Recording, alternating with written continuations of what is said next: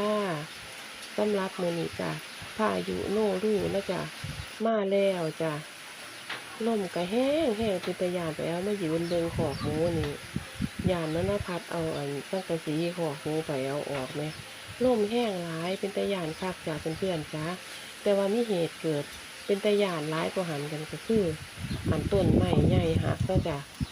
เป็นตาย้านแห้งไปเอานั่นตกใจเบิดมายืนเบิ่งคอกหมูอยู่ละดังแก๊กๆๆบึ้มเลยจ้ะไปเบิ่งจ้ะพี่น้องจ้าต้นกระท่อนอยู่ข้างบ้านไปเอาจ้ะหักลงมาทับขั้วป่าเนี่ยนี่ต้นบักย้ายด้วยจ้ะเพื่อนๆจ้าบ่แม่นต้นน้อยๆเด้นั่นหักลงไปทับขั้วป่าแล้วก็หักทับสายไฟนั่น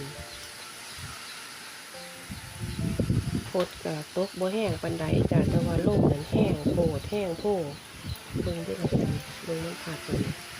โต๊ะไปก้นต้นกระท่อนนี่มันมีอยู่2กกแล้วจ้ะนี่มีอยู่2ต้นติดกัน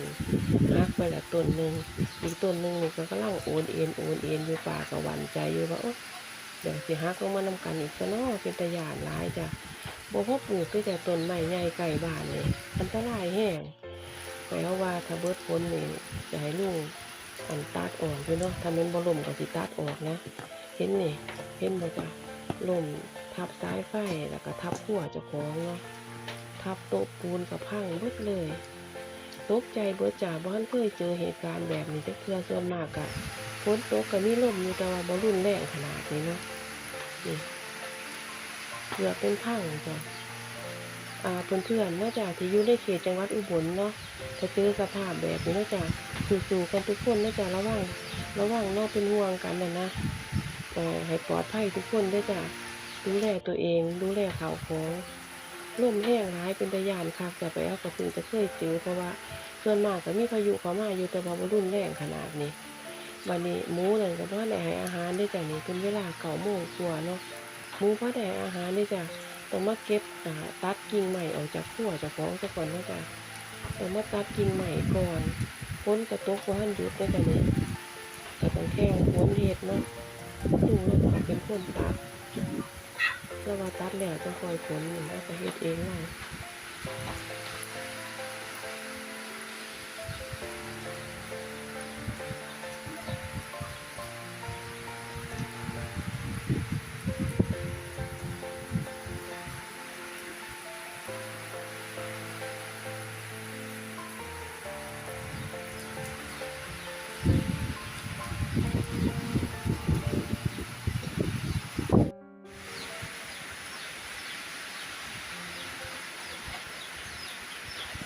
เบิ่งสภาพที่เราจับเป็นเพื่อนจ้า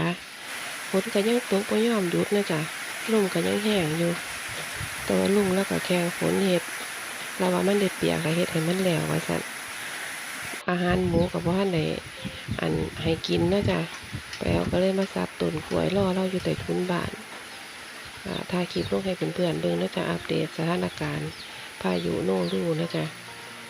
เจอเต็มเลยจ้ะไปเอาก็เพิ่งเคยเจอต้นไม้ใหญ่หักทับบ้านเจ้าของหักทับขั้วเนาะ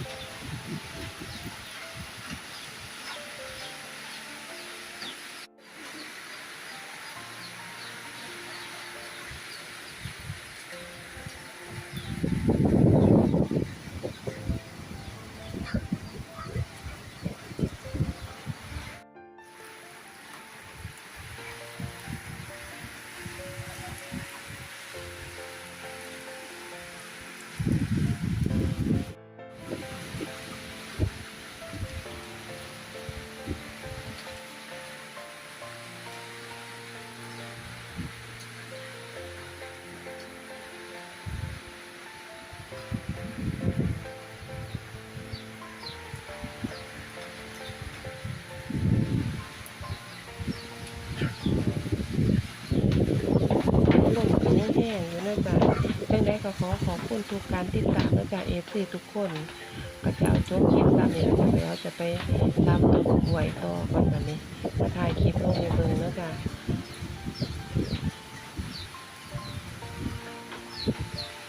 โชคดีขอให้ปลอดภัยทุกคนด้วยจ้า